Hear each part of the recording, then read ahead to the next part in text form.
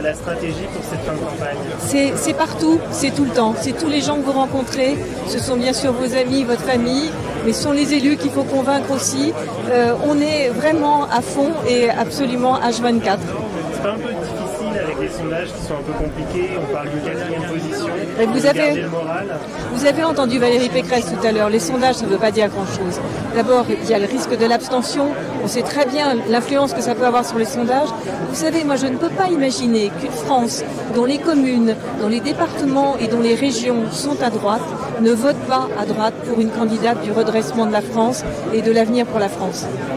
Alors le président sortant ne veut pas débattre avant le premier tour. On a les premières propositions qui sont tombées au compte-gouttes. Il devrait y avoir une présentation du programme demain soir.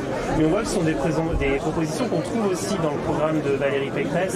Je pense à la retraite à 65 ans, la réforme du RSA.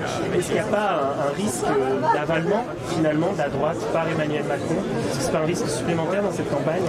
Je pense que Emmanuel Macron joue la montre et que par tous les moyens, il évite que l'on parle de son bilan.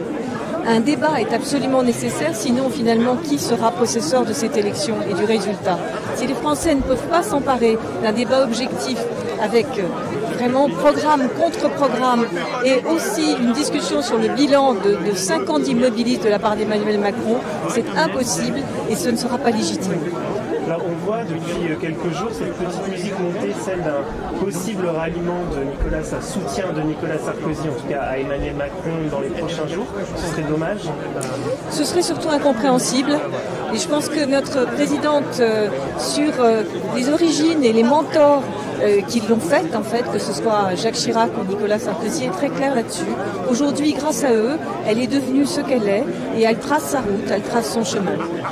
C'est compliqué d'essayer de casser, je crois que c'est la formule qu'avait utilisée Valérie Pécresse, le réflexe légitimiste qu'il pourrait y avoir avec le contexte international autour d'Emmanuel Macron.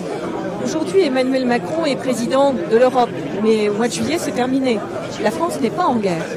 Mais la France, elle doit en ce moment débattre de son avenir qui se joue là, dans, comme vous l'avez dit, un peu moins d'un mois, et qui va durer tout de même 5 ans. 5 ans pendant lesquels on peut encore redresser le pays.